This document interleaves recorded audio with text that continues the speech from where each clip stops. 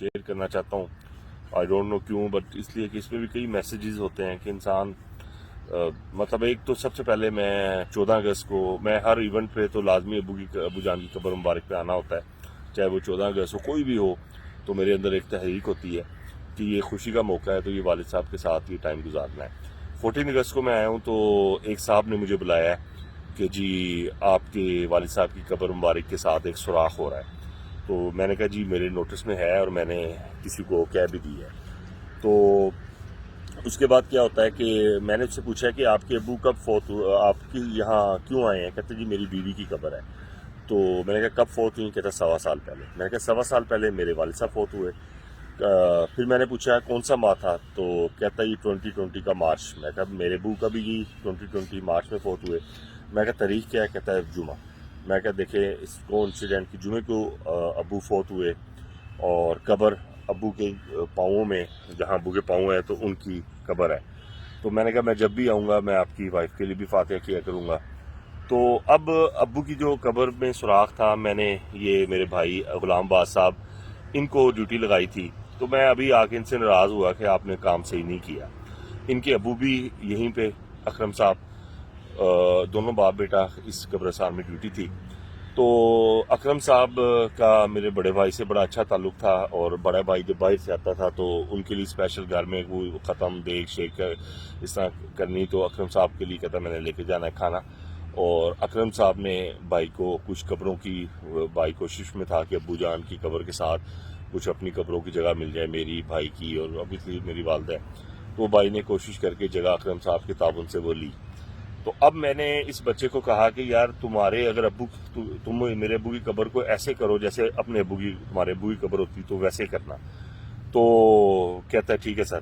تو اب میں نے پھر فاتح کرنے سے پہلے میں نے کہا کہ یار میرے سے غلط ایک جملہ ادا ہو گیا ہے، میں اپنے الفاظ واپس چناؤ ہو گیا ہے، غلط الفاظ کا چناؤ. آپ کے ابو کو اللہ لمبی زندگی دے. تو میں کہتا نہیں سر میرے ابو فوت ہو گئے ہیں. تو میں نے کہا یار کب فوت ہوئے ہیں؟ تو کہہ رہا ہے ان کا عید پر 40واں تھا، عید کے اگلے دن.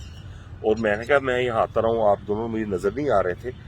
تو بڑی یعنی کہ یہ سم ٹائم جو الفاظ ہیں اللہ تعالیٰ کی طرف سے بلوائے جاتے ہیں، جیسے مجھے پتہ کبھی نہ لگتا. جیسے یہ میں نے کہا آپ کے ابو کی قبر، اور ان کے ابو جوانی میں، چونکہ یہ لوگ بڑی کم عمری میں شادی کر لیتے ہیں تو اس کے ابو ابھی جوان تھے، بہت چھوٹی عمر میں انہوں نے شادی کی، اس کی بھی عمر زیادہ نہیں ہے. اور اچانک قبروں کی دیکھ بھال کرتے کرتے وہ چلے گئے. اب یہ بچہ کہہ رہا تھا کہ اب مجھے پتہ لگا، مجھے کہتا ہے کہ جب آپ یہاں آ کے اتنی دیر بیٹھے رہتے تھے تو میں سوچتا تھا کہ یہ ایسے ہی بیٹھے رہتے ہیں، کیوں بیٹھے رہتے ہیں، چلے جائیں. تو اب مجھے پتہ لگا آپ لوگ کیوں بیٹھے رہتے تھے. تو آپ اس بارے میں کیا کہیں گے؟ مجھے یہی تھا کہ میں دیکھتا تھا، پہلے دیکھتا تھا، میں کہتا تھا کہ پتہ نہیں لوگ کیوں بیٹھتے ہیں. جب اب میرا ابو فوت ہے پتہ لگتا ہے کہ یہ مسئلہ ہے، کہ اتنا درد ہوتا ہے کہ بندے کو دل کرتا ہے کہ اٹھا نہ جائے، ادھر ہی بیٹھا رہے رات دن. بس یہی کہتا ہوں کہ اپنے ماں باپ بہنوں بھائیوں سب کا خیال کیا کرے، اور آخری منزل یہی ہے. آپ کو کتنے سال ہو گئے ہیں قبرستان میں؟ یہاں پہ تقریباً 5 سال.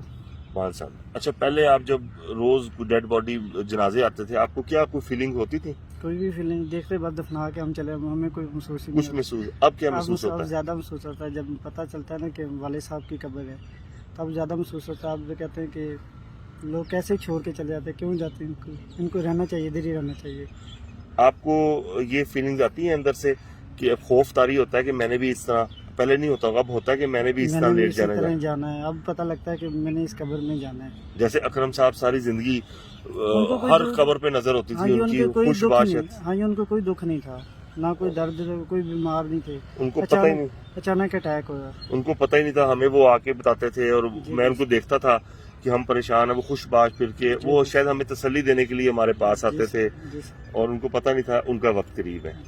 اللہ آپ کو صبر جمیل عطا کرے. آمین.